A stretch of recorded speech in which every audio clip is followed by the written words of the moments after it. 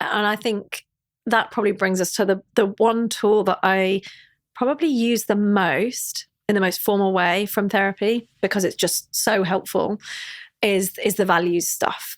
So it's just working out what matters most to me at this point in my life, because that changes and fluctuates, right? Okay.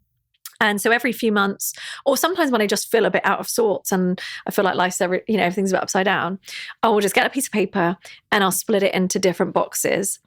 And I'll have, all the different aspects of my life. So there'll be parenting, marriage, friendships, health, education, career, whatever, you name it. I'll put them all out.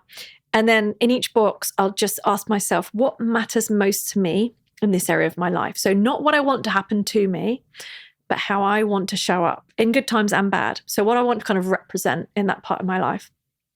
So I might have a few words or a few sentences, and then I'll rate that just a crudely kind of out of 10. How important are those values to me in this area of my life? So 0, not at all. 10 out of 10 is max. And then you rate it again. And this time, how much I feel I'm living in line with these values in the last couple of weeks. So then what you get is, 0, not at all. 10 out of 10 is definitely. And then you get all of these kind of different boxes and these different scores. And it's not a tool for self-criticism. It's a tool for finding where you need to focus your attention next. Because you'll get this idea of, okay, well, if something over here is 10 out of 10 important to me, but I've just rated it as 2 out of 10 in terms of how I'm living in line with that at the moment, then that deserves my attention.